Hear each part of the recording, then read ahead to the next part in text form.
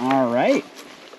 Well, I'm back in the saddle. Spring has sprung and I'm up in Pattee Canyon in Missoula right now doing a trail I haven't done before called Tumbleweed. It's just under 2 miles and it seems to go across the mountain more or less. So it has a little bit of climbing. I think it's about 120 vertical. It looks like it starts off on some double track here for the climbing section.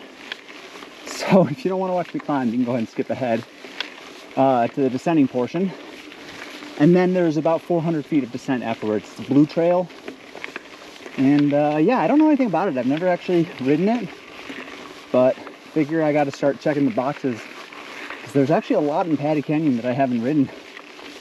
It's usually not the most kind of interesting trails for me personally, but I never know until I try them, so I got to give them a shot. So you might have noticed I'm on a different bike, which I still have my other bike, my Sentinel, but this is actually my wife's bike. And luckily we are close to the same bike size. She's on the small size of a large, like right between medium and large. And then I'm, you know, right up there in the large size. And so we just tend to get her bikes that are in the large size so that we can all share them really easily. So we can always swap between our different bikes and everyone can ride them.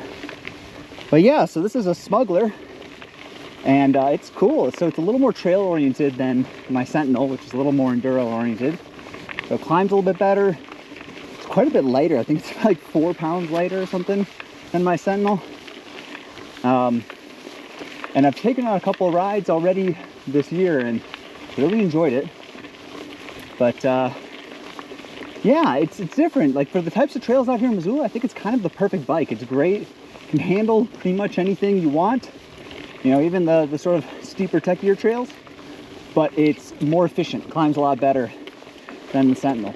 So, and got a steeper head tube angle, so it gives it a little more agility in the switchbacks, which you gotta know in Missoula, there's a lot of switchbacks. So yeah, I've been quite busy this spring because I just moved, and so the last couple weeks have been really busy moving stuff. She just bought my very first house, which was terrifying but exciting. And yeah, so I've been focusing on that. Haven't been getting out much, but I figure I need to start getting some rides in. And also currently my Sentinel is being rebuilt, so I haven't started taking it apart yet, but I've got all the bearings, and I scratched up the stanchions last year at some point, so I got to replace my stanchions and rebuild my fork. So I'm just going to go ahead and rebuild the whole bike, take the whole thing apart and refresh it. So I got to start that. Luckily, got this sweet new bike that I can always take out when my wife's not using it, and so I've got something to hold me over until until I've got my other bike rebuilt. But I had to set up all my tools and my shop and everything in the garage again in the new place, which I've gotten part of it done, not all of it. Yeah, so the way I took up here was, oh man, what is it called? So this one's Tumbleweed Cookie Monster, I think. It's a blue trail. I don't recommend it. Don't do that. It was awful. The beginning part was okay. It was pretty steep, but it was okay. In the second half, I had to hike it. It was so steep, just straight up the mountain. Like for a descending trail, it's not too bad, but uphill was awful. So I recommend taking the road up, and then there's another green trail that cuts across to get to this if you want to ride this trail. Definitely do that. Don't try to climb the Cookie Monster trail. I think it's Cookie Monster. I'm hoping I remember that, but it's just the blue trail that connects to this. So yeah. So this bike, I ended up getting it used from somebody that I know that works at a local bike shop, and so I got a really good deal on it. But it had the GX transmission on it, drivetrain, and I don't know if I would have spent the money on a transmission drivetrain if I was, you know, choosing the exact bike I wanted. But having tried it out now, there's a lot to like about it. I don't love the idea of a battery and you know, not knowing if it's ever going to die on you or whatever, but the shifting is so smooth. And I really like that you can shift it more easily under power if needed. And yeah, it just feels really good. It's really quiet too. Although you might be hearing a click right now.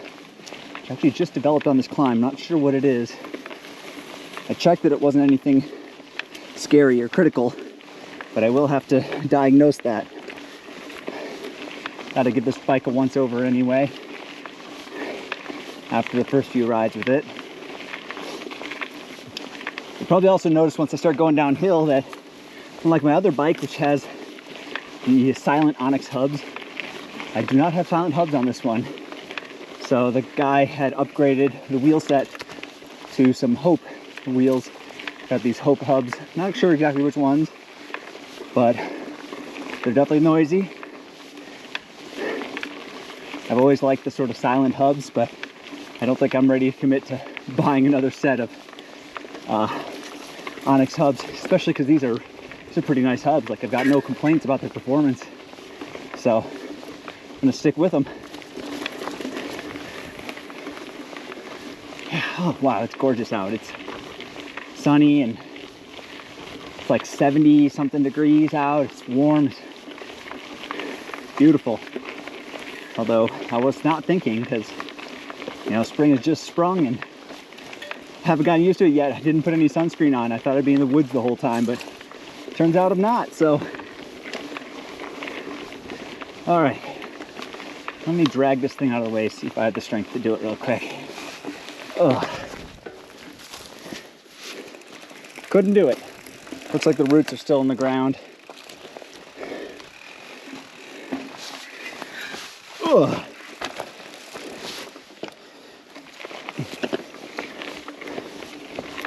Let's keep it going.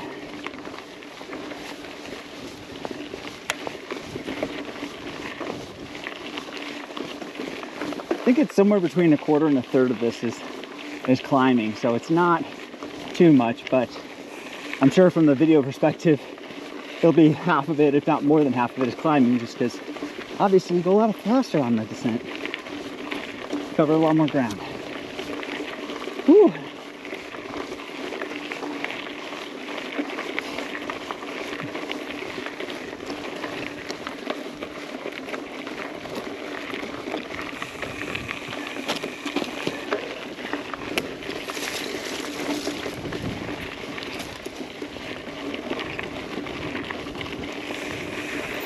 Let's see how we're looking. All right, yeah, we've gotten through the climbing part. We are onto the descent. That climb was really mild, really not bad at all. So I don't think this is steep at any point either, so we'll see how this goes.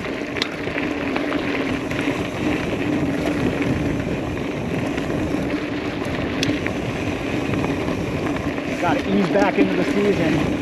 Get my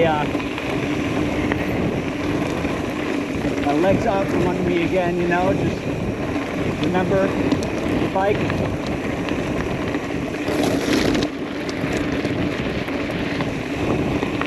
Seems like a very smooth, mild trail.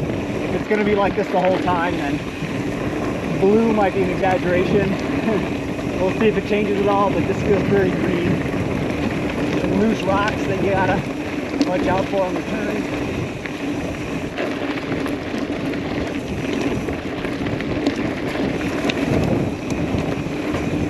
But yeah, overall it seems like a fairly mild trail.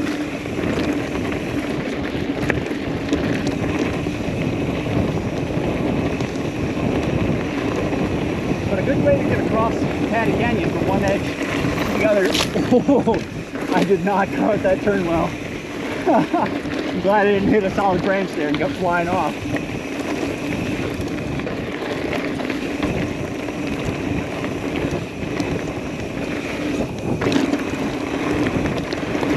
A couple little drainage ditches you can pop over if you want there. They're steep cliffs, so they're not exactly great for jumping. This, woo, very steep. Whew. Gotta watch out to not get bucked over these. I wouldn't go too fast. Easy to get bucked.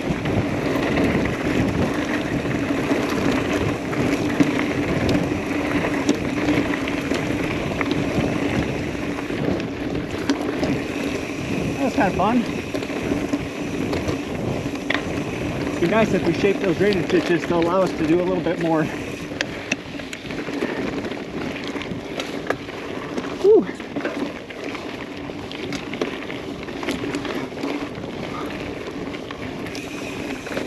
Thank you. You too.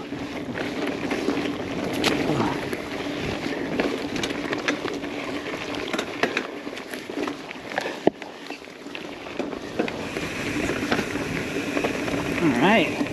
Maybe this part of the trail is why it's blue. Yeah. Just a little. It's not difficult by any means. Just a little narrow in some like steeper parts. So if you're not super comfortable, it could definitely feel like too much and you could fall off that edge. So I guess I understand the blue designation here.